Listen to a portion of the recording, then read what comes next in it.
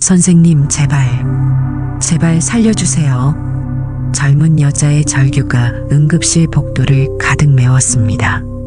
피로 물든 수술복을 입은 의사가 천천히 고개를 들어 올렸고 그의 눈에는 형언할 수 없는 무언가가 담겨 있었습니다. 이 아이는 내 아들이에요. 그 한마디에 의사의 손이 멈췄습니다. 수술실 문 너머로 보이는 환자는 20살 남짓의 청년이었고 그의 생명은 지금 이 순간 한 줄기 실에 매달려 있었습니다. 그런데 왜일까요? 의사의 눈가에 눈물이 맺혔습니다. 마치 자신의 아들을 보는 것처럼. 그로부터 24시간 전 모든 것은 평범한 일상에서 시작되었습니다. 새벽 5시 30분. 아직 해도 뜨지 않은 어두운 시간, 한도윤은 눈을 떴습니다. 알람이 울리기도 전에 저절로 눈이 떠지는 것이 이제는 습관이 되어버렸죠. 좁은 원룸의 싱글 침대에서 몸을 일으키며 그는 작게 한숨을 내쉬었습니다. 오늘도 시작이구나. 욕실로 향하는 그의 발걸음은 무거웠습니다. 거울에 비친 얼굴에는 짙은 다크서클이 자리 잡고 있었고 며칠째 제대로 손질하지 못한 수염이 까칠하게 자라 있었습니다. 찬물로 얼굴을 씻으며 정신을 가다듬었지만 피로는 쉽게 가시지 않았습니다. 부엌이라고 하기엔 너무 좁은 공간에서 그는 전기포트의 스위치를 켰습니다. 물이 끓는 동안 냉장고를 열어보니 텅 비어 있었고 싱크대 위에는 컵라면 몇 개만이 덩그러니 놓여 있었습니다. 그는 잠시 망설이다가 결국 컵라면 하나를 집어들었습니다. 오늘은 김치맛이군. 혼잣말을 하며 뜨거운 물을 부었습니다. 3분을 기다리는 동안 창밖을 바라보니 도시는 아직 깊은 잠에 빠져 있었습니다. 간간히 지나가는 차량의 불빛만이 거리를 비출 뿐이었죠. 병원에 도착한 시간은 6시 정각이었습니다. 응급실 입구를 통과하자마자 익숙한 소독약 냄새가 코를 찔렀고 복도를 오가는 의료진들의 발걸음 소리가 귓가에 울렸습니다. 탈의실에서 수술복으로 갈아입으며 그는 오늘 하루도 무사히 지나가기를 바랐습니다. 도윤 선생님, 벌써 오셨네요? 동료 간호사가 인사를 건넸습니다. 그는 미소를 지으며 고개를 끄덕였지만 그 미소는 어딘가 쓸쓸해 보였습니다. 네, 일찍 일어나서요. 어제도 12시 넘어서 퇴근하셨는데 집에는 언제 가신 거예요? 잠깐 눈 붙였죠.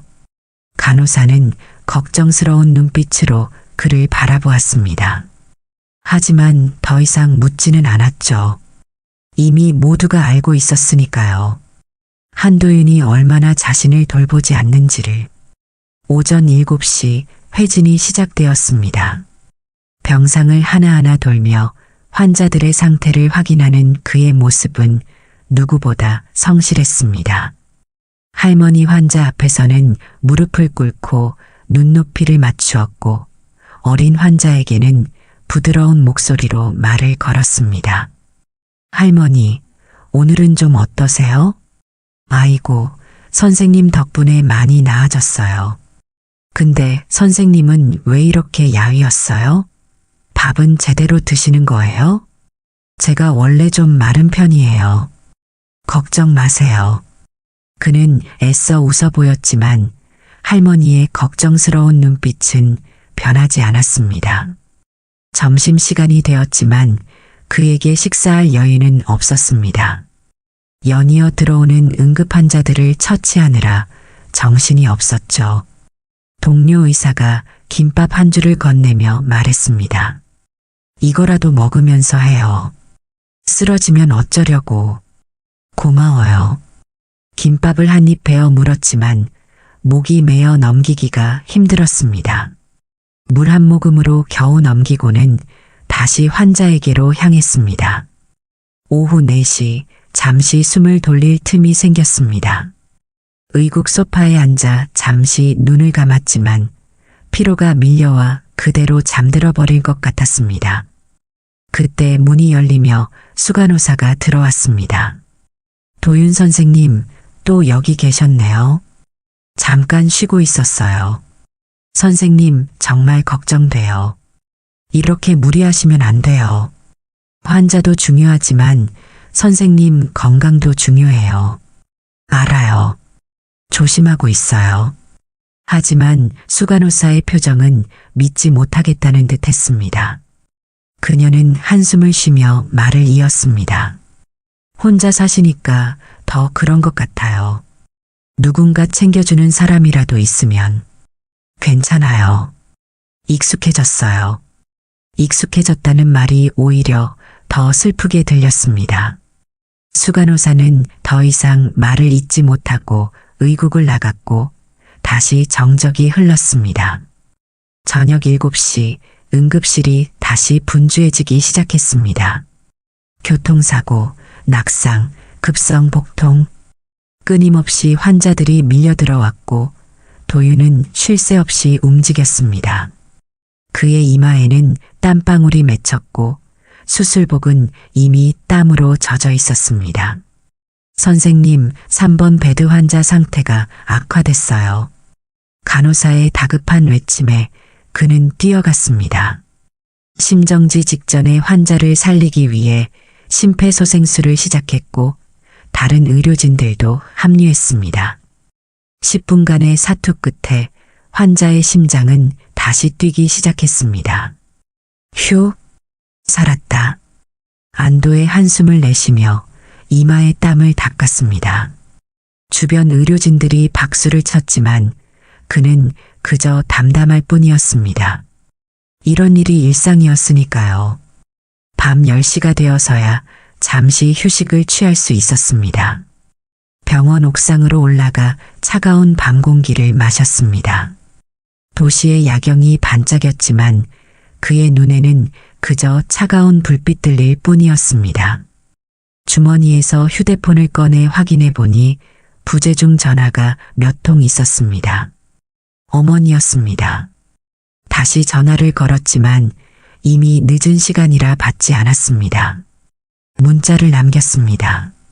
엄마, 일 때문에 못 받았어요. 내일 전화할게요.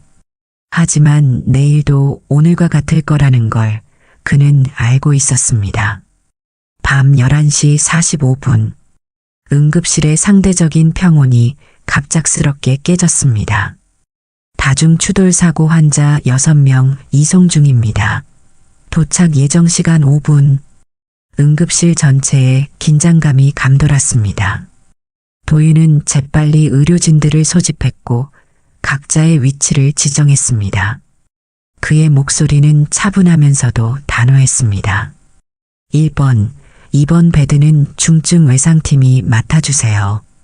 3번, 4번은 정형외과 대기, 5번, 6번은 일반 외상으로 준비해주세요. 의료진들이 일사불란하게 움직이기 시작했습니다. 수액과 수혈팩이 준비되고 각종 의료기구들이 제자리를 찾았습니다. 도윤은 응급실 입구에 서서 구급차를 기다렸습니다. 첫 번째 구급차의 사이렌 소리가 점점 가까워졌습니다. 붉은 불빛이 응급실 입구를 비추며 구급차가 멈춰섰고 뒷문이 열리자마자 구급대원의 다급한 목소리가 들렸습니다. 20대 초반 남성, 의식 없음. 다발성 외상의 내부 출혈 의심됩니다. 들것 위에 실려온 청년의 상태는 심각했습니다. 얼굴은 창백했고 호흡은 얕고 불규칙했습니다. 도윤은 즉시 환자 곁으로 다가가 동공 반응을 확인했습니다. 동공 반응 느림. 혈압은 70에 40입니다. 계속 떨어지고 있어요. 즉시 수술실로. 대량 수혈 준비하고 O형 RH 양성 4팩 먼저 가져와요. 들것을 밀며 수술실로 향하는 동안 도윤은 환자의 상태를 계속 체크했습니다. 청년의 손목에 있던 팔찌가 눈에 들어왔습니다. 민재라는 이름이 새겨져 있었죠. 보호자 연락은? 휴대폰이 파손되어서 확인이 안 됩니다. 신분증도 없어요. 수술실 문이 열리고 의료진들이 재빨리 위치를 잡았습니다. 도윤은 수술복 위에 가운을 걸치며 말했습니다. 시간이 없어요. 1분 1초가 급합니다. 마취가 준비되는 대로 시작합니다. 선생님, 보호자 동의 없이 수술을. 응급 상황입니다. 제가 책임지겠어요. 지금 당장 시작하지 않으면 이 환자는 살릴 수 없어요. 수술등이 켜지고 메스가 도윤의 손에 들려졌습니다. 복부를 절개하자 예상대로 대량의 출혈이 확인되었습니다. 간 파열과 비장 손상이 동시에 일어난 상태였습니다. 석션, 더 빨리. 피를 빨아내는 속도보다 출혈 속도가 더 빨랐습니다. 도윤의 이마에 땀방울이 맺혔고 수술 간호사가 재빨리 닦아주었습니다. 혈압이 더 떨어집니다. 50에 30. 수혈 속도 최대로 올려요. 에피네프린 준비. 도윤의 손놀림은 빨라졌습니다. 출혈 부위를 하나씩 찾아 봉합하기 시작했습니다. 그의 집중력은 극도로 높아졌고 주변의 모든 소음이 사라진 듯 했습니다. 오직 환자의 생명 신호와 자신의 손끝 감각만이 존재했습니다. 1시간이 지났습니다. 출혈은 어느 정도 통제되기 시작했지만 아직 안심할 수는 없었습니다. 비장은 결국 적출해야 했고 간 봉합은 계속되었습니다. 장 천궁도 있네요. 이 부분도 봉합해야 합니다. 수술은 계속되었습니다. 2시간, 3시간. 시간이 얼마나 흘렀는지 알 수 없었습니다. 도윤의 다리는 저려왔지만 그는 미동도 하지 않았습니다. 새벽 3시 30분, 마침내 마지막 봉합이 끝났습니다. 혈압 안정되고 있습니다. 90에 60까지 올라왔어요. 산소 포화도도 정상 범위로 회복됐습니다. 도윤은 깊은 한숨을 내쉬었습니다. 등이 땀으로 흠뻑 젖어 있었고 마스크 안의 얼굴은 열기로 달아올라 있었습니다. 수고하셨습니다. 모두. 수술실을 나온 도윤은 복도 벽에 기대어 잠시 숨을 고르고 있었습니다. 그때 간호사가 다가왔습니다. 선생님, 환자 보호자를 찾았어요. 지금 오고 있다고 합니다. 네, 알겠습니다. 중환자실로 옮기고 상태 안정되면 알려주세요. 도윤은 의국으로 돌아가 수술 기록을 작성하기 시작했습니다. 환자의 이름란에 민재라고 적으며 왠지 모를 묘한 느낌이 들었습니다. 그 이름이 어딘가 익숙한 것 같기도 하고 아닌 것 같기도 했습니다. 새벽 4시 중환자실에서 연락이 왔습니다. 환자 안정된 상태 유지 중이고 보호자 도착했습니다. 도윤은 수술복을 정리하고 중환자실로 향했습니다. 복도를 걸으며 보호자에게 어떻게 설명할지 생각했습니다. 수술은 성공적이었지만 아직 의식이 돌아오지 않은 상태였으니까요. 중환자실 앞 대기실에 도착했을 때 한 여성이 의자에 앉아 얼굴을 손으로 감싸고 있었습니다. 어깨가 작게 떨리고 있는 것으로 보아 울고 있는 것 같았습니다. 보호자분이신가요? 여성이 고개를 들었습니다. 그 순간 도윤의 심장이 멈춘 듯 했습니다. 눈앞에 있는 사람은 불가능했습니다. 이럴 수가 없었습니다. 도윤? 서지연이었습니다. 15년 전 그의 전부였던 사람. 대학 시절 첫사랑이자 가장 아프게 헤어진 사람이 눈앞에 서 있었습니다. 세월이 흘렀지만 그녀는 여전히 그가 기억하는 모습 그대로였습니다. 아니, 더 성숙해지고 우아해진 모습이었죠. 지연. 두 사람은 한동안 아무 말도 하지 못했습니다. 시간이 멈춘 것 같았습니다. 지연의 눈에서 눈물이 흘러내렸고 그녀는 떨리는 목소리로 말했습니다. 이 아이는, 민재는 내 아들이에요. 도윤은 충격에 몸이 굳었습니다. 민재가 지연의 아들이라니. 그럼 수술대 위에서 살려낸 그 청년이 민재가 내 아들? 네. 그리고 지연은 말을 멈추고 도윤을 바라보았습니다. 그녀의 눈빛에는 복잡한 감정이 섞여 있었습니다. 죄책감, 그리움, 슬픔, 그리고 무언가 더. 선생님, 환자 의식이 돌아올 기미가 보입니다. 간호사의 목소리에 두 사람은 현실로 돌아왔습니다. 도윤은 전문가의 표정으로 돌아가며 말했습니다. 수술은 성공적이었습니다. 하지만 아직 안심하기는 이릅니다. 다음 48시간이 고비가 될 겁니다. 지연은 고개를 끄덕이며 눈물을 닦았습니다. 고마워요, 도윤. 정말 고마워요. 도윤은 대답하지 못했습니다. 가슴속에서 무언가가 요동치고 있었습니다. 15년 전의 기억들이 파도처럼 밀려왔고 동시에 눈앞의 현실이 믿기지 않았습니다. 잠시 민재를 볼 수 있을까요? 네, 잠시만요. 중환자실 유리창 너머로 민재가 보였습니다. 각종 기계에 연결되어 있었지만 호흡은 안정적이었습니다. 도윤은 청년의 얼굴을 자세히 보았습니다. 그리고 깨달았습니다. 그 얼굴의 윤곽이, 코의 모양이, 입술의 선이 어딘가 낯익다는 것을. 중환자실 앞 대기실은 새벽의 정적에 휩싸여 있었습니다. 도윤과 지연 두 사람만이 그 공간에 남아 있었고 15년의 세월이 그들 사이에 무겁게 가로놓여 있었습니다. 커피라도 한잔 할까? 도윤이 먼저 말을 꺼냈습니다. 지연은 작게 고개를 끄덕였고 두 사람은 병원 1층의 텅 빈 카페테리아로 향했습니다. 자판기에서 뽑은 미지근한 커피를 들고 창가 자리에 마주 앉았습니다. 많이 변했구나. 지연이 도윤을 바라보며 말했습니다. 그녀의 목소리에는 알 수 없는 감정이 섞여 있었습니다. 너도, 아니, 당신도 그대로네요. 어색한 존댓말이 두 사람 사이의 거리를 더욱 벌려놓았습니다. 지연은 쓴웃음을 지었습니다. 그냥 편하게 말해. 우리가 그런 사이였잖아.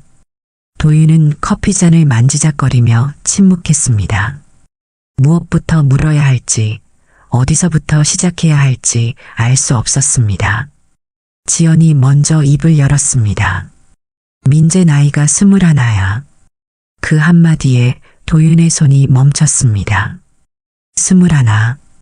그들이 헤어진 것이 22년 전이었습니다. 계산이 맞지 않았습니다. 아니, 어쩌면 우리가 헤어지고 나서. 지연의 목소리가 떨렸습니다. 그녀는 잠시 숨을 고르고 다시 말을 이었습니다. 그때 나는 이미 임신한 상태였어. 도윤의 눈이 크게 떠졌습니다. 커피잔이 손에서 미끄러질 뻔했지만 간신히 붙잡았습니다. 뭐라고? 2달이었어. 우리가 헤어질 때 나는 임신 2달이었어. 도윤은 믿을 수 없다는 표정으로 지연을 바라보았습니다. 그의 머릿속이 하얗게 변했고 심장이 미친 듯이 뛰기 시작했습니다. 그럼 민재가 맞아.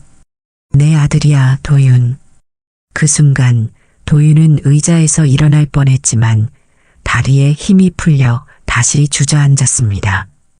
방금 전 수술대 위에서 살려낸 청년이 자신의 아들이라니. 이것이 운명의 장난이란 말인가요? 왜 말하지 않았어? 도윤의 목소리에는 분노와 슬픔이 뒤섞여 있었습니다. 지연의 눈에서 다시 눈물이 흘러내렸습니다. 어떻게 말해? 내 부모님이 우리를 갈라놓았는데. 가난한 집 딸이라고, 내 미래를 망칠 거라고. 그래도 알려줬어야지. 내 아이잖아. 도윤의 목소리가 높아졌다가 주변을 의식하고 다시 낮아졌습니다. 그는 두 손으로 얼굴을 감싸며 깊은 한숨을 내쉬었습니다. 미안해. 정말 미안해. 하지만 나도 어쩔 수 없었어. 지연이 손수건으로 눈물을 닦으며 말을 이었습니다. 내 어머니가 찾아왔어. 거에게 수표를 주면서 내 인생에서 사라지라고. 나는 거절했지만 그때 아버지가 쓰러지셨어. 병원비가 필요했고 혼자서 아이를 키울 자신도 없었어. 도윤은 고개를 들어 지연을 바라보았습니다. 그녀의 얼굴에는 오랜 세월 동안 짊어져 온 고통의 흔적이 역력했습니다.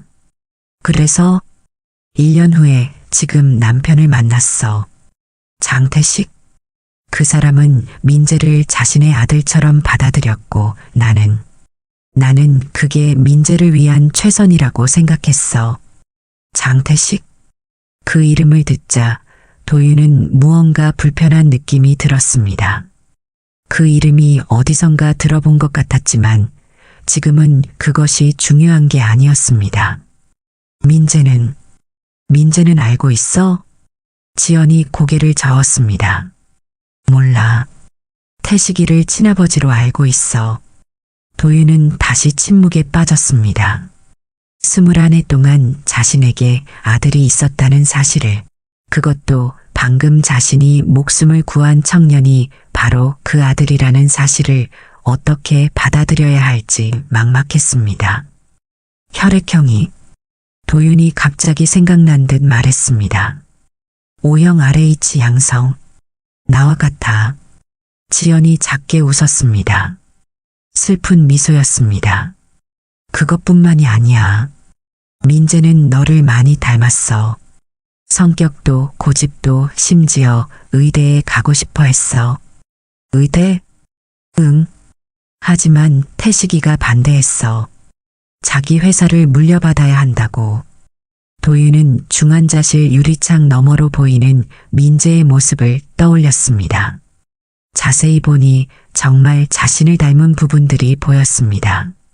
어떻게 처음에는 몰랐을까요? 선생님, 갑자기 간호사가 뛰어왔습니다. 민재 환자 의식이 돌아왔습니다. 도윤과 지연은 동시에 일어섰습니다. 중환자실로 뛰어가는 동안 도윤의 마음은 복잡했습니다. 의사로서, 그리고 이제는 아버지로서. 중환자실에 들어서자 민재가 희미하게 눈을 뜨고 있었습니다. 지연이 침대 옆으로 다가가 민재의 손을 잡았습니다. 민재야, 엄마야. 괜찮아? 민재가 어렵게 고개를 끄덕였습니다. 그리고 시선이 도윤에게 향했습니다.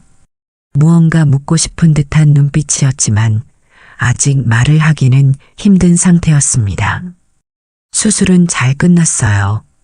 이제 회복만 하면 됩니다. 도윤이 의사의 목소리로 말했지만 그의 가슴은 찢어질 듯 아팠습니다. 자신의 아들이 자신을 의사로만 바라보고 있다는 사실이 너무나 잔인했습니다. 그때 중환자실 문이 거칠게 열렸습니다. 검은 정장을 입은 중년 남성이 성큼성큼 들어왔습니다. 위압적인 분위기와 날카로운 눈빛, 장태식이었습니다. 여보, 지연이 놀라서 일어섰습니다. 태식은 지연을 지나쳐 민재에게 다가갔다가 도윤을 발견하고 멈춰 섰습니다. 당신이 수술한 의사요? 네, 그렇습니다. 태식이 도윤을 위아래로 훑어보았습니다. 그의 눈빛에는 묘한 적이가 담겨 있었습니다. 한도윤 의사. 이름표를 확인한 태식의 표정이 미묘하게 변했습니다. 그리고 지연을 돌아보았습니다. 설마 이 사람이? 지연이 당황한 표정으로 고개를 숙였습니다. 태식의 얼굴이 붉어지기 시작했습니다. 재미있군. 정말 재미있어. 태식이 냉소적으로 웃었습니다. 그리고 도윤에게 다가와 낮은 목소리로 말했습니다. 수술해줘서 고맙소. 하지만 이제 당신이 여기 있을 이유는 없을 것 같은데? 환자 상태를 확인해야 다른 의사가 해도 되겠지. 당신은 이제 빠져줬으면 좋겠소. 두 남자의 시선이 공중에서 부딪혔습니다. 긴장감이 감돌았고 지연은 불안한 표정으로 두 사람을 번갈아 보았습니다. 저는 담당 의사입니다. 환자가 완전히 회복할 때까지 내 아들 담당 의사를 바꿔주시오. 태식의 목소리에는 단호함이 묻어났습니다. 도윤은 주먹을 꽉 쥐었습니다. 내 아들이라는 말이 가슴에 비수처럼 꽂혔습니다. 그것은 환자와 보호자가 결정할 내가 보호자여. 법적 아버지고. 그 순간 민재가 작은 소리로 무언가를 말하려 했습니다. 모두의 시선이 민재에게 쏠렸습니다. 아빠. 민재가 태식을 보며 힘겹게 말했습니다.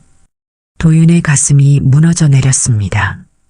자신의 아들이 다른 남자를 아버지라 부르는 것을 지켜봐야 한다니. 그래, 아빠 왔다. 걱정하지 마라. 태식이 민재의 머리를 쓰다듬었습니다.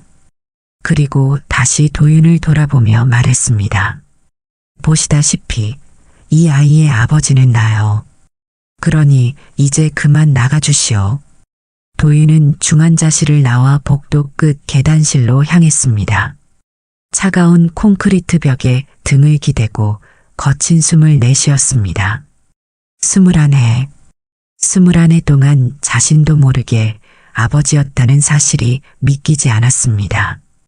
의국으로 돌아온 그는 컴퓨터 앞에 앉아 민재의 의료 기록을 다시 확인했습니다. 생년월일 2003년 10월 15일, 혈액형 O형 RH 양성, 그리고 응급 연락처에 적힌 보호자 이름 장태식, 관계부, 그 한 글자를 보며 도윤은 쓴웃음을 지었습니다.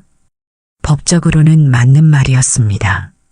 하지만 생물학적으로는 문득 의료 기록 하단에 작은 메모가 눈에 들어왔습니다. 과거 병력란에 적힌 내용이었습니다. 선천성 심방중격결손 수술 마이너스 5살. 도윤의 눈이 커졌습니다. 그 자신도 어릴 때 같은 수술을 받았던 기억이 있었습니다. 유전적 요인이 큰 질환이었죠. 휴대폰이 울렸습니다. 지연이었습니다. 도윤, 잠깐 만날 수 있을까? 병원 뒤편 작은 정원. 새벽의 찬 공기 속에서 지연이 벤치에 앉아 있었습니다. 도윤이 다가가자 그녀가 고개를 들었습니다. 눈이 퉁퉁 부어 있었습니다. 미안해. 이렇게 될 줄은 몰랐어. 태식 씨는 알고 있었나? 지연이 고개를 끄덕였습니다. 결혼할 때 말했어. 숨기고 싶지 않았거든. 그 사람은 상관없다고 했어. 민재를 자기 아들처럼 키우겠다고. 그래서 정말 잘 키웠나? 도윤의 목소리에는 씁쓸함이 묻어났습니다. 지연이 한숨을 쉬었습니다. 물질적으로는 부족함 없이 키웠어. 최고의 교육, 최고의 환경. 하지만 민재가 15살 때부터 달라졌어. 태식이가 민재를 후계자로 키우기 시작하면서 강압적으로 변했어. 민재가 의사가 되고 싶다고 했을 때는 지연의 목소리가 떨렸습니다. 그녀는 잠시 숨을 고르고 다시 말을 이었습니다. 그때 나는 이미 임신한 상태여서. 도윤의 눈이 크게 떠졌습니다. 커피잔이 손에서 미끄러질 뻔했지만 간신히 붙잡았습니다. 뭐라고? 2달이었어.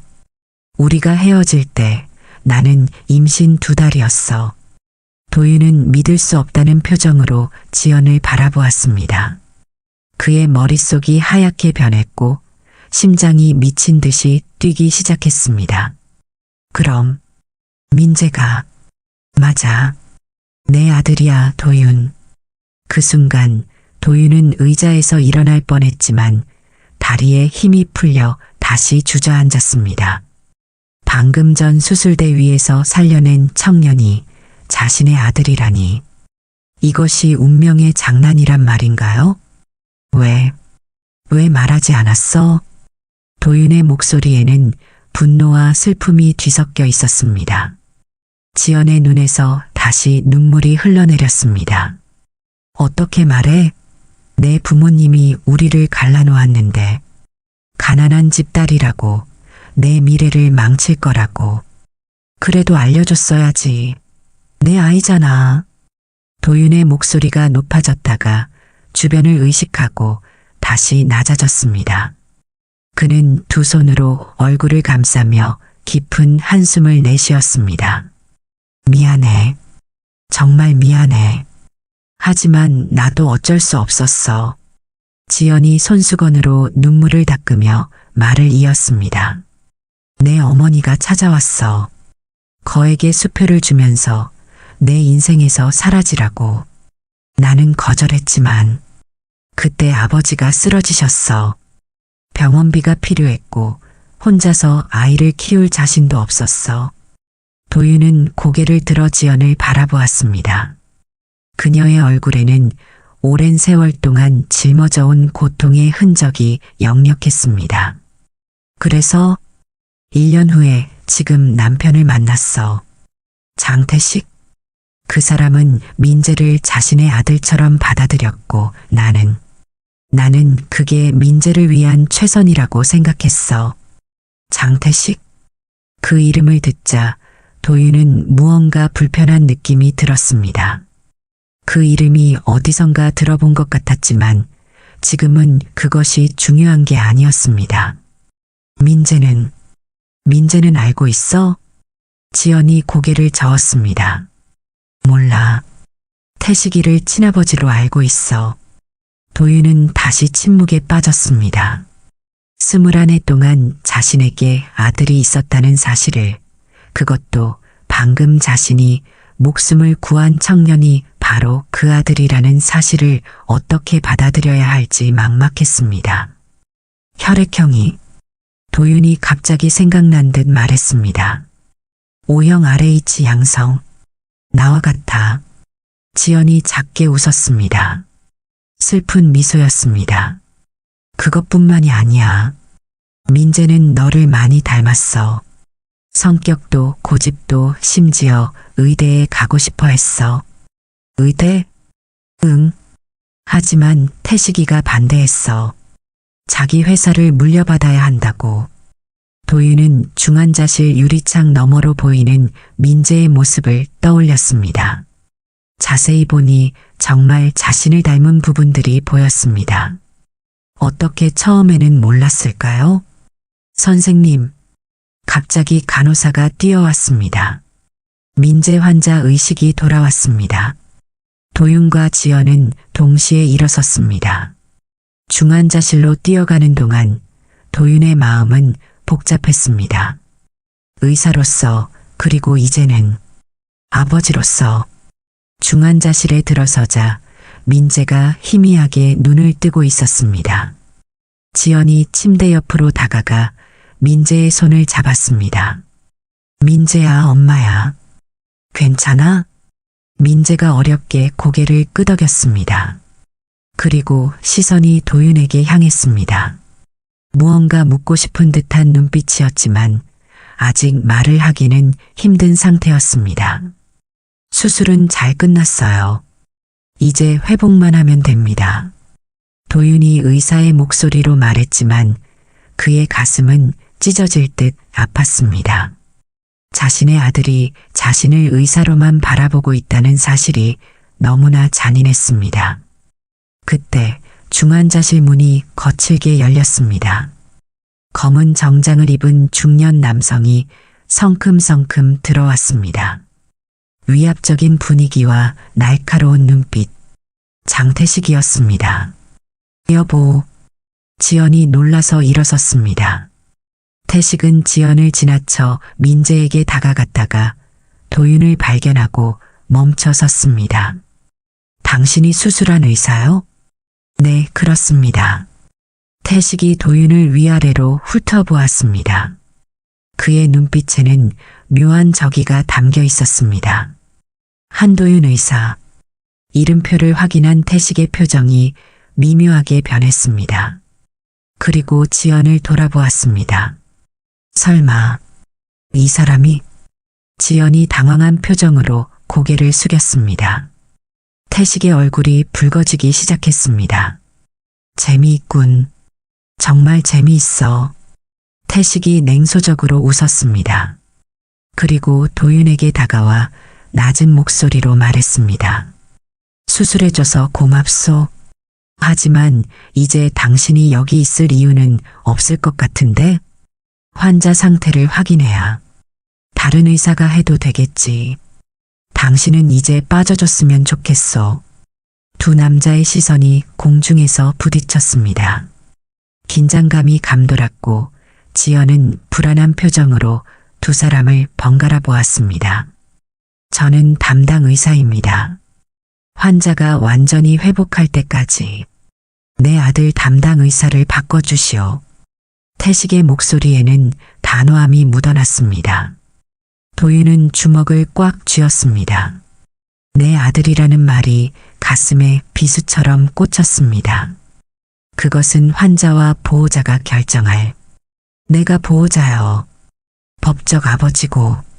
그 순간 민재가 작은 소리로 무언가를 말하려 했습니다. 모두의 시선이 민재에게 쏠렸습니다. 아빠. 민재가 태식을 보며 힘겹게 말했습니다. 도윤의 가슴이 무너져 내렸습니다. 자신의 아들이 다른 남자를 아버지라 부르는 것을 지켜봐야 한다니. 그래, 아빠 왔다. 걱정하지 마라. 태식이 민재의 머리를 쓰다듬었습니다. 그리고 다시 도윤을 돌아보며 말했습니다. 보시다시피 이 아이의 아버지는 나요. 그러니 이제 그만 나가주시오. 도윤은 중환자실을 나와 복도 끝 계단실로 향했습니다. 차가운 콘크리트 벽에 등을 기대고 거친 숨을 내쉬었습니다. 21해. 21해 동안 자신도 모르게 아버지였다는 사실이 믿기지 않았습니다. 의국으로 돌아온 그는 컴퓨터 앞에 앉아 민재의 의료 기록을 다시 확인했습니다. 생년월일 2003년 10월 15일, 혈액형 O형 RH 양성, 그리고 응급 연락처에 적힌 보호자 이름 장태식, 관계부, 그 한 글자를 보며 도윤은 쓴웃음을 지었습니다. 법적으로는 맞는 말이었습니다. 하지만 생물학적으로는 문득 의료 기록 하단에 작은 메모가 눈에 들어왔습니다. 과거 병력란에 적힌 내용이었습니다. 선천성 심방 중격 결손 수술 -5살. 도윤의 눈이 커졌습니다.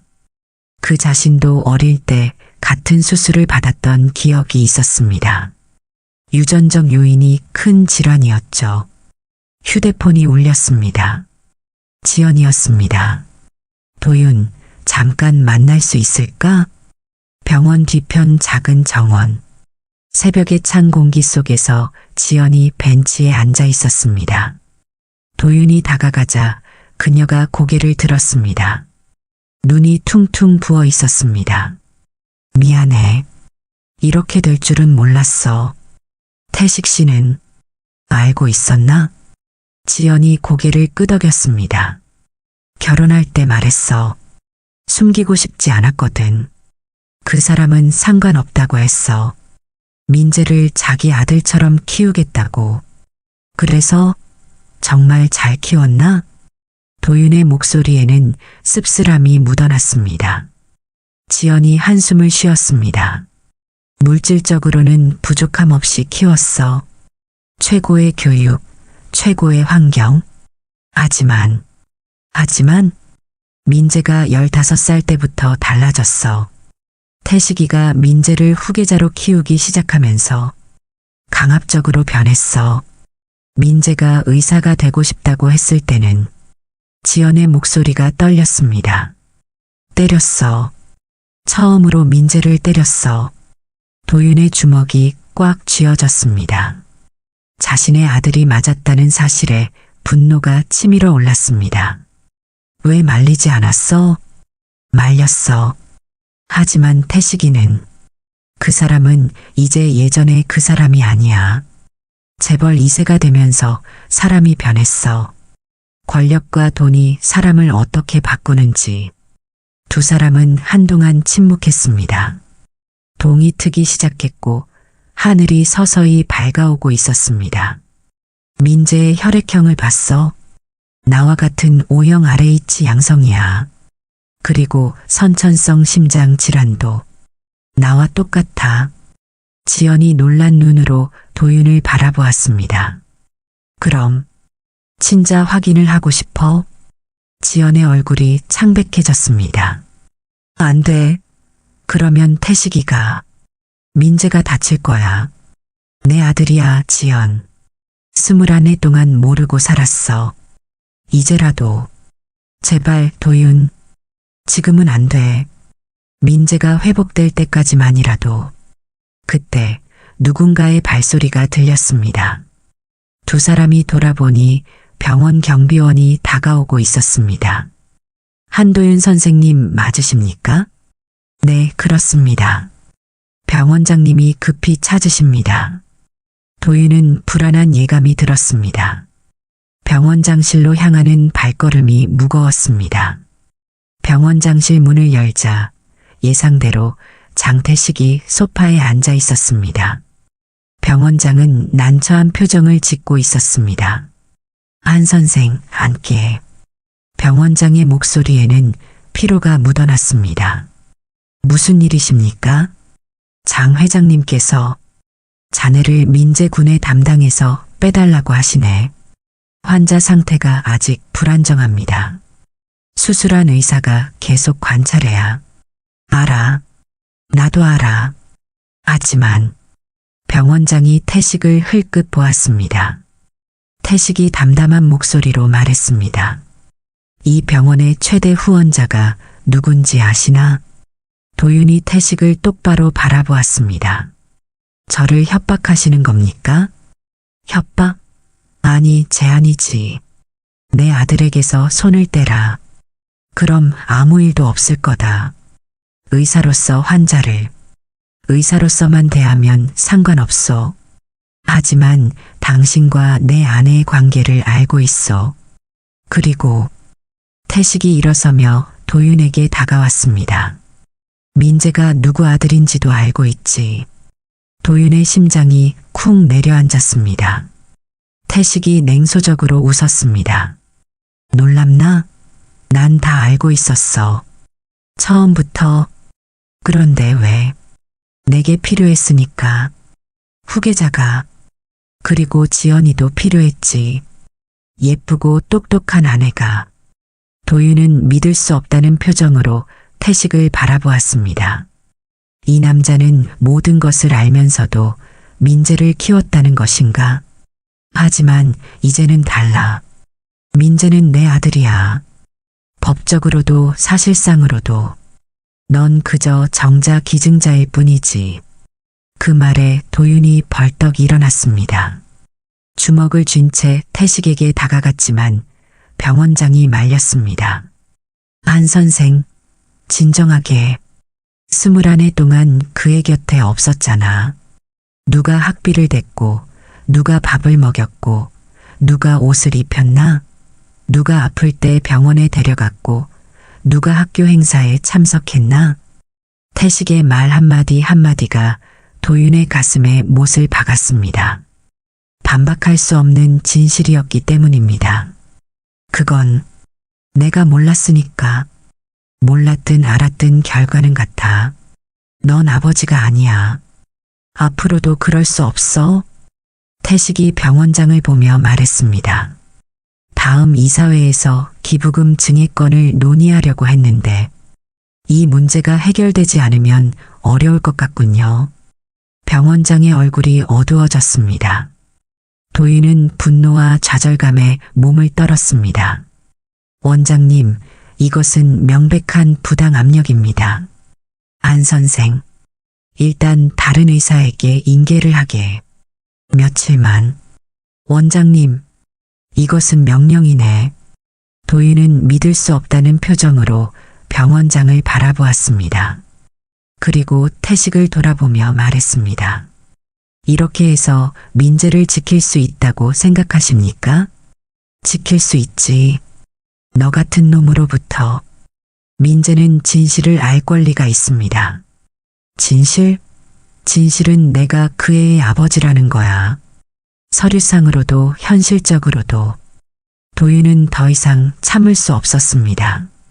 병원장실을 나와 복도를 걸으며 그는 결심했습니다. 이대로 물러설 수는 없었습니다. 자신의 아들을 지켜야 했습니다. 휴대폰을 꺼내 오래된 번호 하나를 찾았습니다.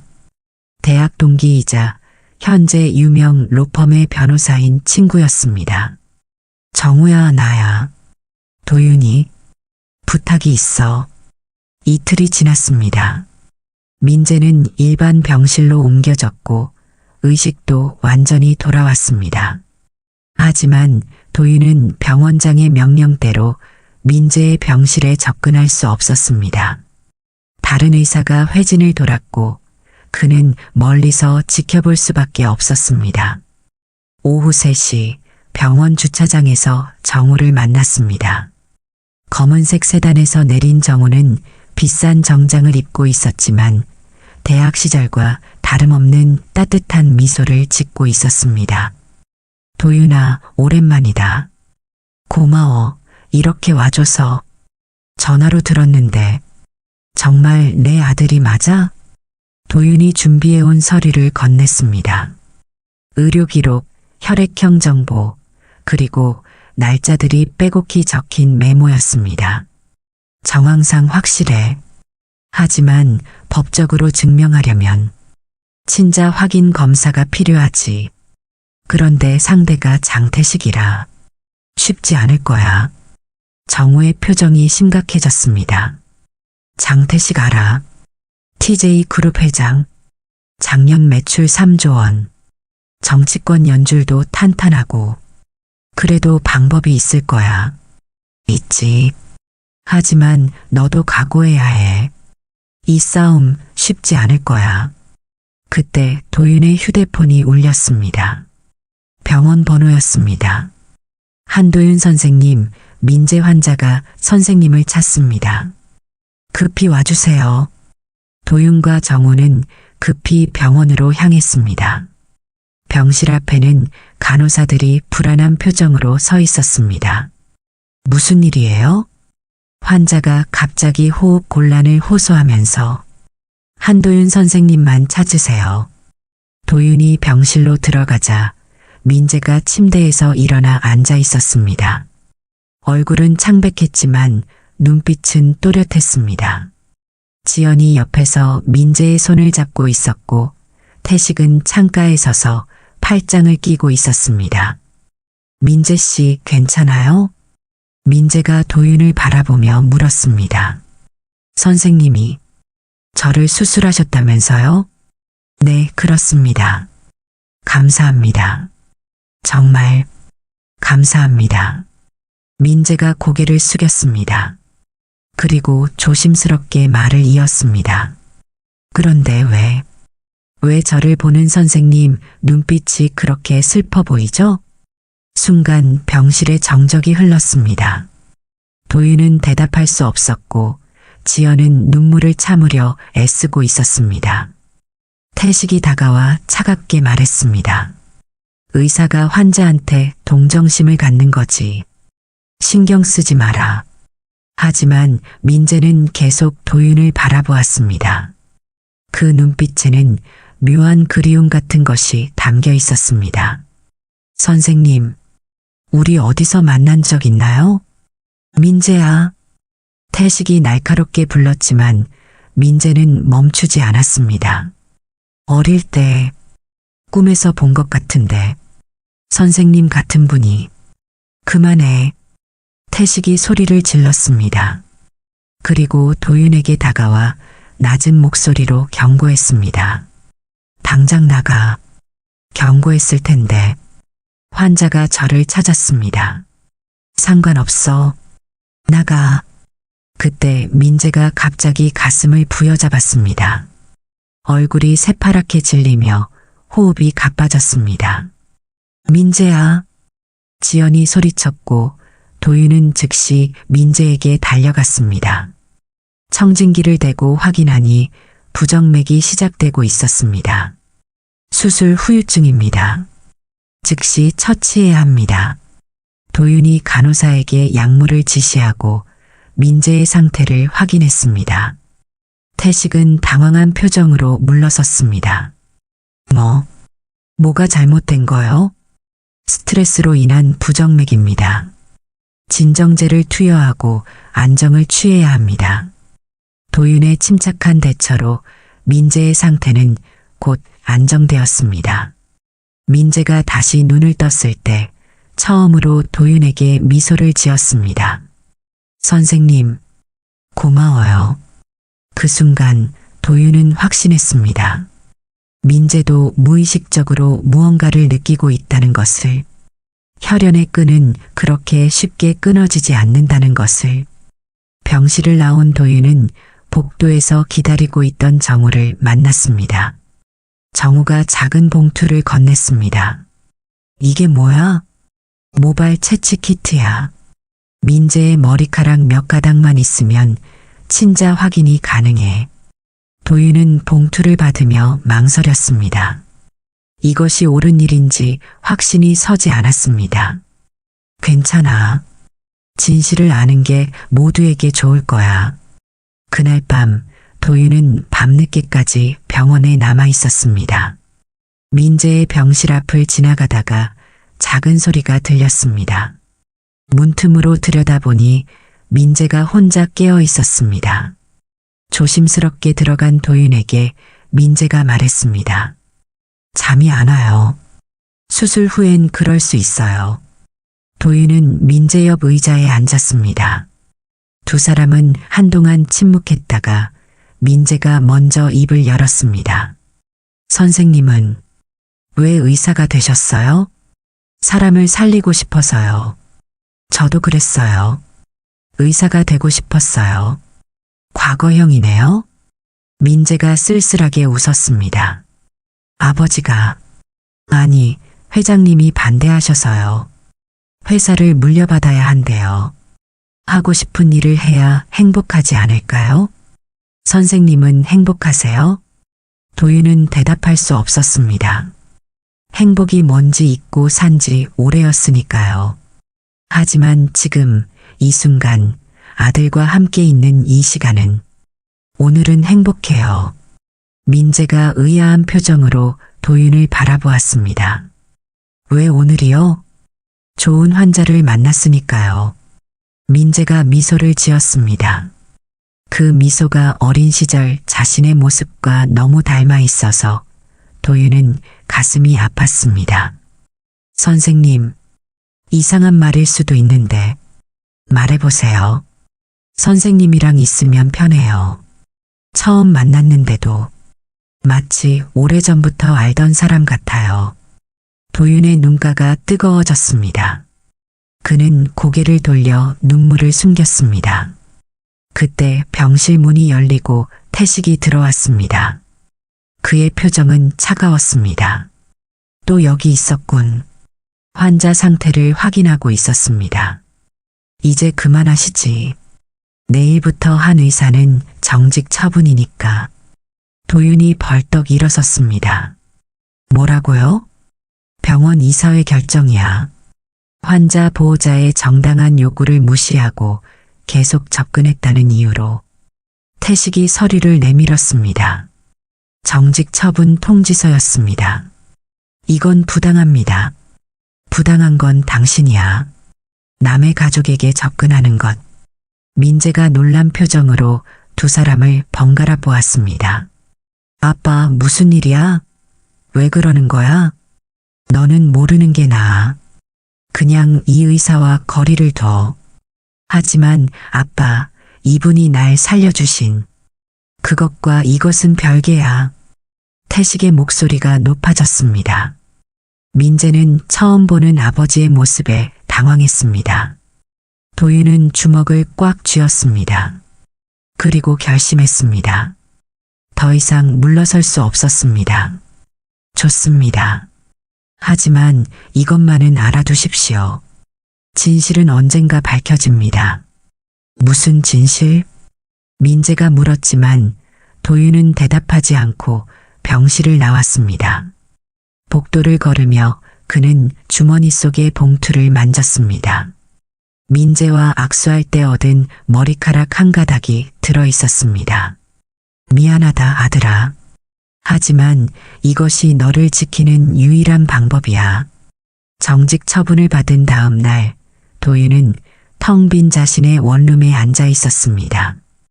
병원 출입증은 회수되었고 의사가온도 반납했습니다. 15년간 쌓아온 경력이 한순간에 무너진 기분이었습니다. 오전 10시 정우가 찾아왔습니다. 그의 손에는 서류 봉투가 들려 있었습니다. 결과 나왔어. 도윤의 손이 떨렸습니다. 봉투를 열자 친자 확인서가 나왔습니다. 생물학적 부자관계 확률 99.98%.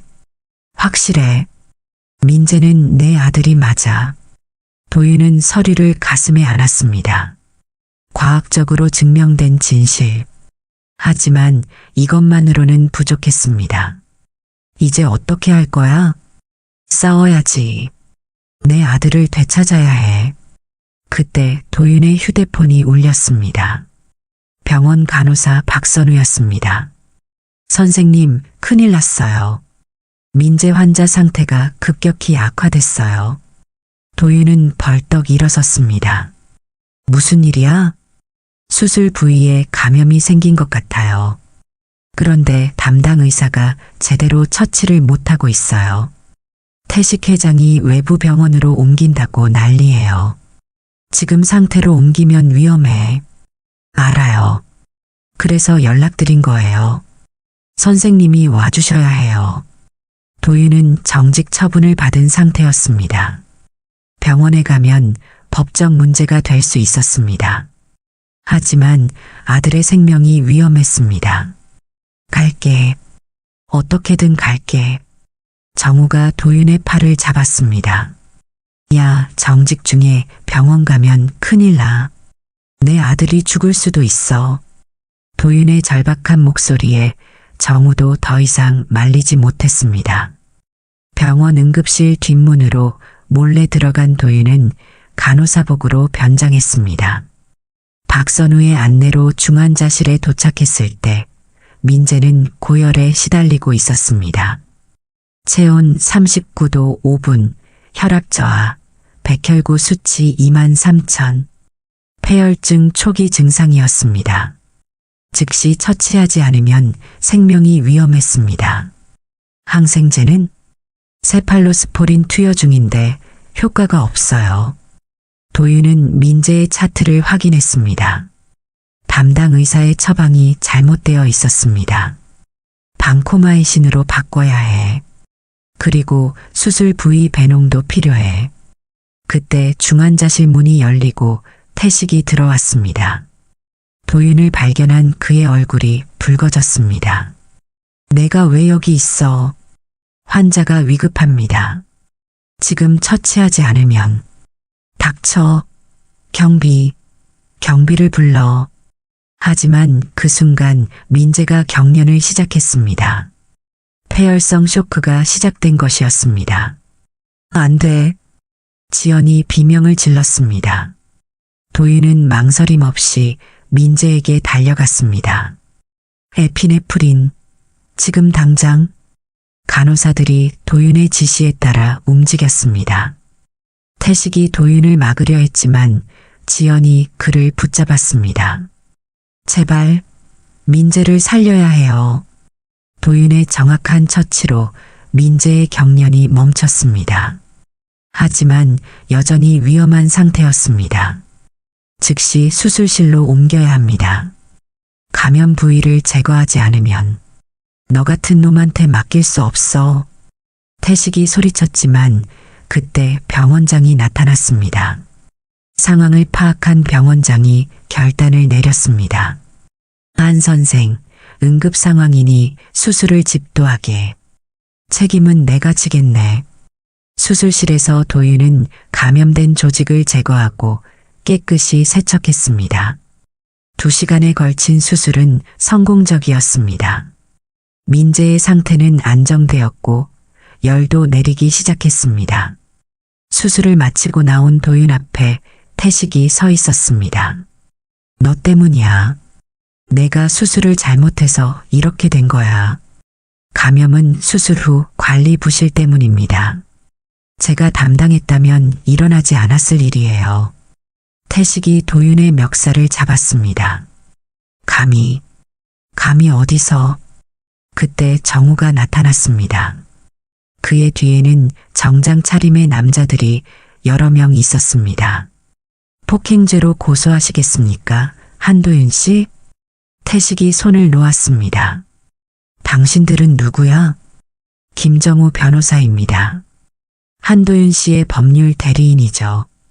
정우가 서류를 꺼냈습니다. 그리고 이것은 민재 씨의 친자 확인 소송 서류입니다. 태식의 얼굴이 창백해졌습니다. 지연도 놀란 표정으로 도윤을 바라보았습니다. 이런 걸로 위협하려고? 위협이 아닙니다. 정당한 권리 주장이죠. 박선우가 다가와 작은 태블릿을 보여주었습니다. 그리고 이것 보세요. 병원 CCTV예요. 화면에는 태식이 담당 의사에게 압력을 넣는 장면이 담겨 있었습니다. 제대로 치료하지 마라. 내가 지정한 병원으로 옮길 테니까. 이것도 증거가 될 수 있겠네요. 의료방해죄로. 태식의 주먹이 떨렸습니다. 너희들이 감히. 회장님, 병원장이 나섰습니다. 이제 그만하시죠. 민재 군도 회복 중이고 더 이상 소란 피우시면 병원도 곤란합니다. 태식은 도끼 서린 눈으로 도윤을 노려보았습니다. 좋아. 하지만 이게 끝이 아니야. 넌 민재를 절대 가질 수 없어. 태식이 떠난 후 지연이 도윤에게 다가왔습니다. 정말 소송할 거야? 민재가 진실을 알아야 해. 하지만 지연, 민재도 느끼고 있어. 우리의 연결을. 더 이상 거짓말 속에서 살게 할 수 없어. 그날 밤 민재가 의식을 완전히 회복했습니다. 도윤이 병실에 들어가자 민재가 힘겹게 미소를 지었습니다. 선생님, 또 저를 구해주셨네요. 당연한 일을 했을 뿐이에요. 민재가 도윤의 손을 잡았습니다. 그 손은 차가웠지만 힘이 있었습니다. 선생님, 궁금한 게 있어요. 뭔데요? 왜 저한테 이렇게 잘해주시는 거예요? 단순히 환자라서는 아닌 것 같은데. 도윤은 민재의 눈을 바라보았습니다. 진실을 말하고 싶었지만 아직은 때가 아니었습니다. 곧 알게 될 거예요. 무엇을요? 모든 진실을. 민재는 의아한 표정을 지었지만 더 묻지 않았습니다. 단지 도윤의 손을 꽉 잡았을 뿐이었습니다. 마치 놓치고 싶지 않은 것처럼. 병실 밖에서 지연이 두 사람을 바라보고 있었습니다. 그녀의 눈에는 눈물이 맺혀 있었습니다.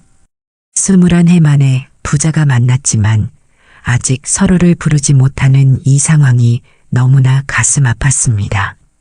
일주일 후 민재는 회복세를 보이고 있었지만 갑작스럽게 다시 위기가 찾아왔습니다. 새벽 4시 도윤의 휴대폰이 급하게 울렸습니다.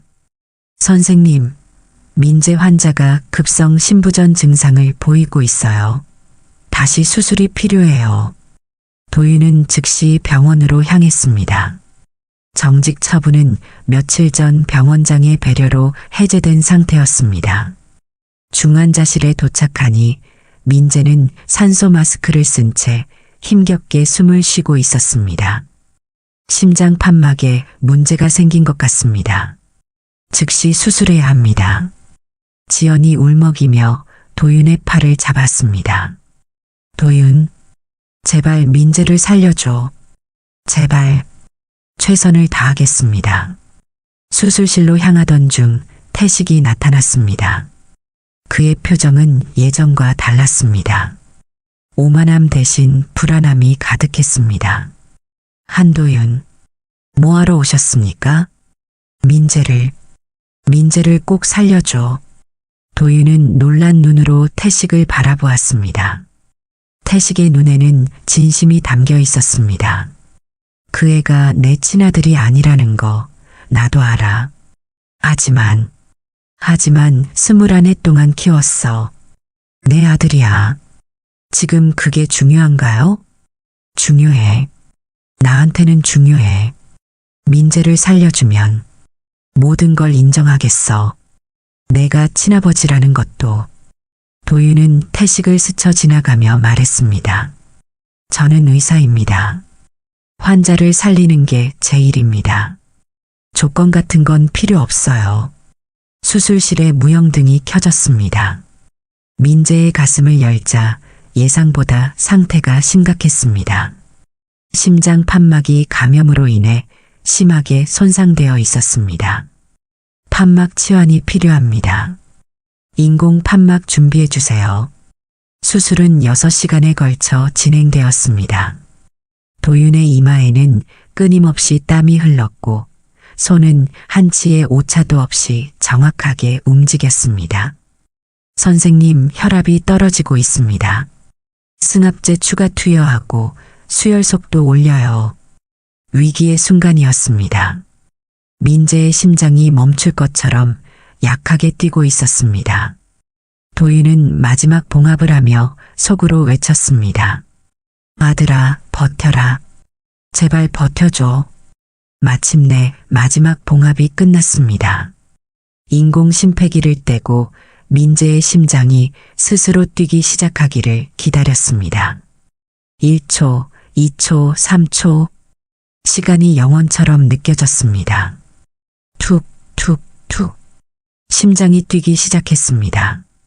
처음엔 약했지만 점점 강해졌습니다. 규칙적이고 힘찬 박동이었습니다. 성공입니다. 심장이 정상적으로 뛰고 있어요. 수술실에 안도의 한숨이 흘렀습니다. 도윤은 다리가 풀려 잠시 의자에 주저앉았습니다. 자신의 아들을 2번이나 죽음의 문턱에서 구해낸 것입니다. 수술실을 나오자 지연과 태식이 기다리고 있었습니다. 도윤이 말했습니다. 수술은 성공적이었습니다. 이제 회복을 기다려야 합니다. 지연이 눈물을 흘리며 도윤의 손을 잡았습니다. 고마워. 정말 고마워. 태식은 복잡한 표정으로 도윤을 바라보다가 천천히 고개를 숙였습니다. 고맙다. 2시간 후 민재가 의식을 회복했습니다. 눈을 뜬 민재는 침대 주변에 모인 3사람을 보고 힘겹게 미소를 지었습니다. 엄마, 아빠, 그리고 선생님. 도윤의 가슴이 찢어질 듯 아팠습니다. 민재는 여전히 태식을 아빠라고 부르고 있었습니다. 그때 민재가 다시 말했습니다. 선생님, 꿈을 꿨어요. 무슨 꿈이었어요? 어릴 때 누군가 저를 안아주는 꿈이었어요. 얼굴은 안 보였는데 따뜻했어요. 선생님 같았어요. 순간 병실에 정적이 흘렀습니다. 지연의 눈에서 눈물이 흘러내렸고 태식은 고개를 돌렸습니다. 민재가 계속 말했습니다. 이상하죠? 처음 만난 선생님인데 왜 이렇게 익숙하고 편한지. 도윤은 더 이상 참을 수 없었습니다. 그는 민재의 손을 잡고 말했습니다. 민재야, 알아야 할 게 있어. 도윤, 지연이 말렸지만 도윤은 멈추지 않았습니다. 뭔데요, 선생님? 도윤은 깊은 숨을 들이쉬고 떨리는 목소리로 말했습니다. 나는 내 아버지야. 민재의 눈이 크게 떠졌습니다. 믿을 수 없다는 표정으로 도윤을 바라보다가 엄마인 지연을 돌아보았습니다. 엄마, 이게 무슨... 지연이 울음을 터뜨렸습니다. 미안해, 민재야. 엄마가 미안해. 사실이야. 도윤이, 한도윤 선생님이 내 친아버지야. 민재는 충격에 말을 잃었습니다. 그리고 천천히 태석을 바라보았습니다. 그럼 아빠는? 태식이 쓴웃음을 지으며 말했습니다. 나는 법적인 아버지일 뿐이다. 하지만 민재야, 내가 널 사랑한 건 진심이었어. 민재의 눈에서 눈물이 흘러내렸습니다. 혼란, 배신감, 슬픔, 그리고 알 수 없는 감정들이 뒤섞였습니다. 왜 이제야? 도윤이 대답했습니다. 나도 얼마 전에야 알았어. 내가 내 아들이라는 걸. 내 엄마와 나는 22년 전에 헤어졌고, 그때 내 엄마는 이미 너를 가지고 있었어. 왜 헤어졌어요? 집안의 반대였어. 내가 더 강했어야 했는데. 민재는 한동안 아무 말도 하지 못했습니다.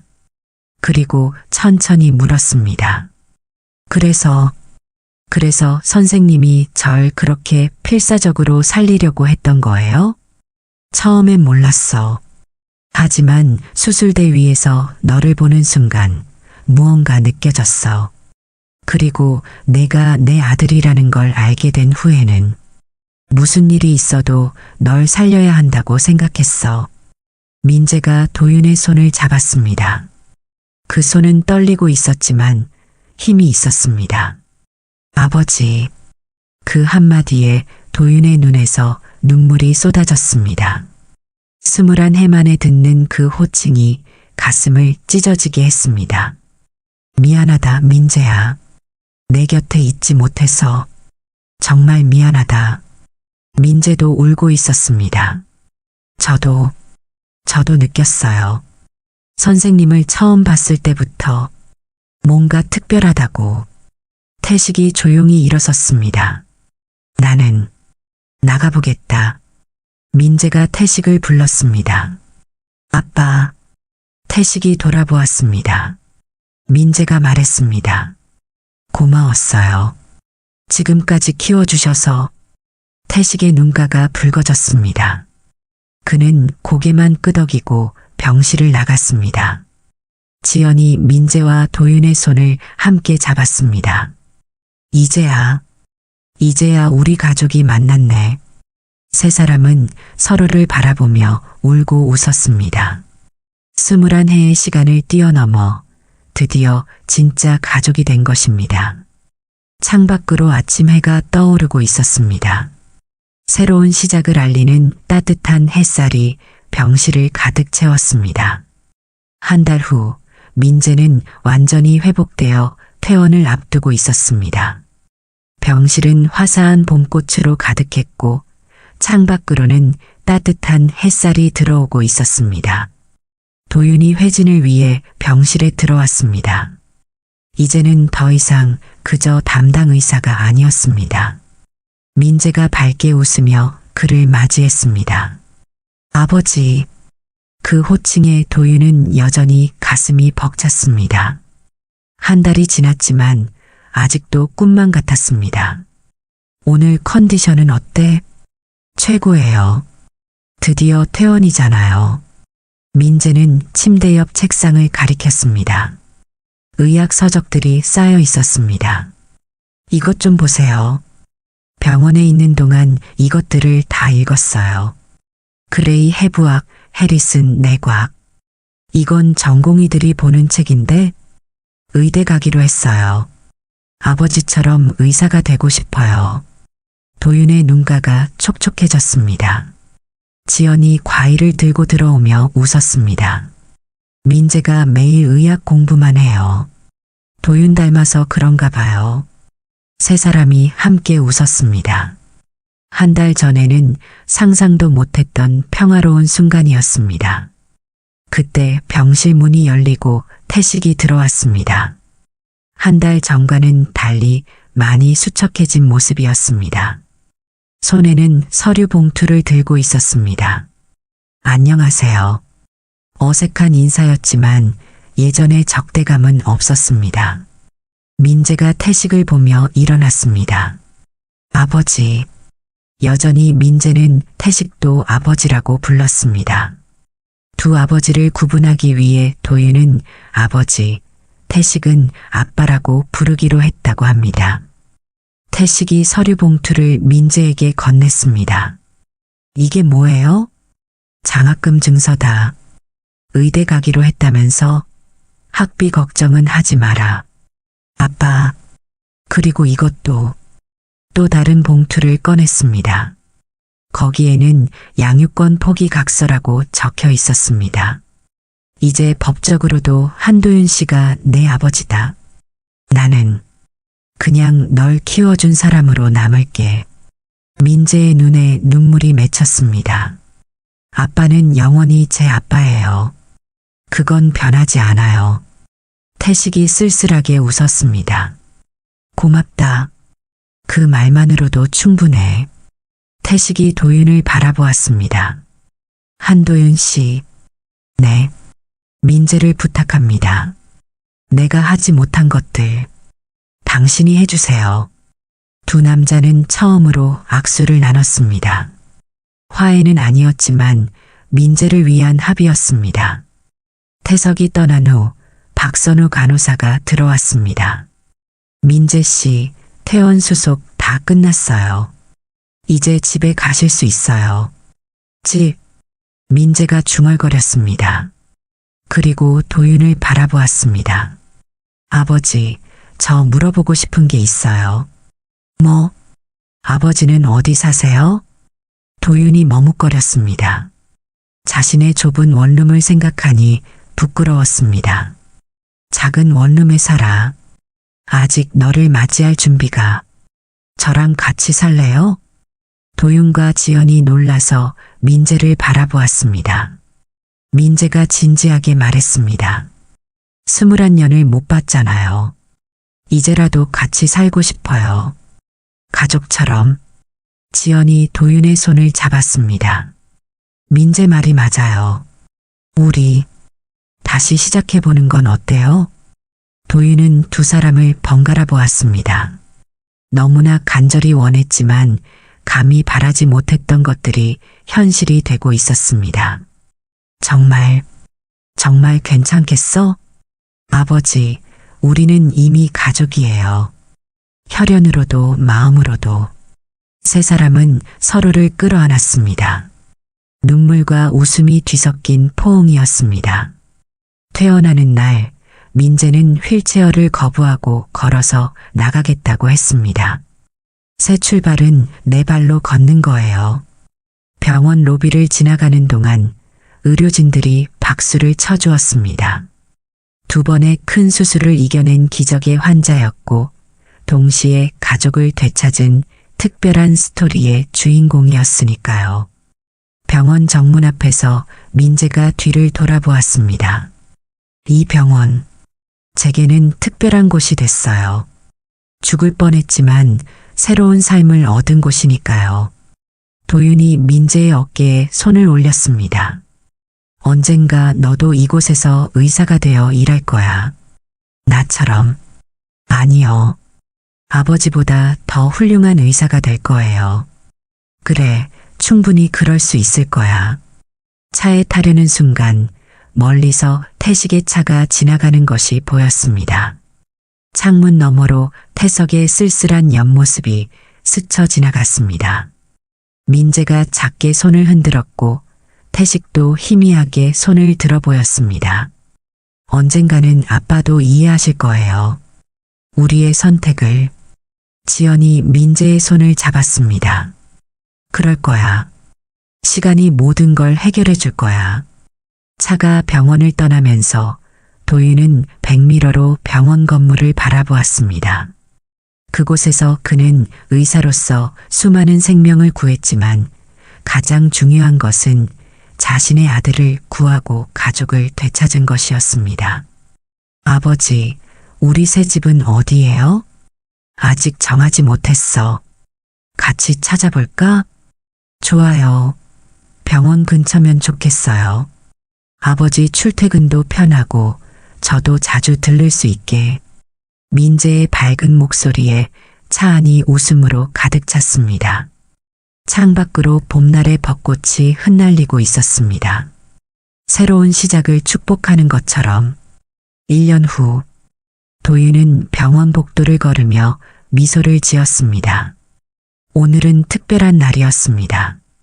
민재가 의대 합격 통지서를 받은 날이었으니까요. 의국에 들어서자 동료들이 축하 케이크를 준비하고 있었습니다. 박선우가 웃으며 말했습니다. 선생님, 아드님 합격 축하드려요. 이제 의사 집안이 되시는 거네요? 과정이 중요하죠. 아직 6년이나 남았어요. 그래도 뿌듯하시죠? 도윤은 고개를 끄덕였습니다.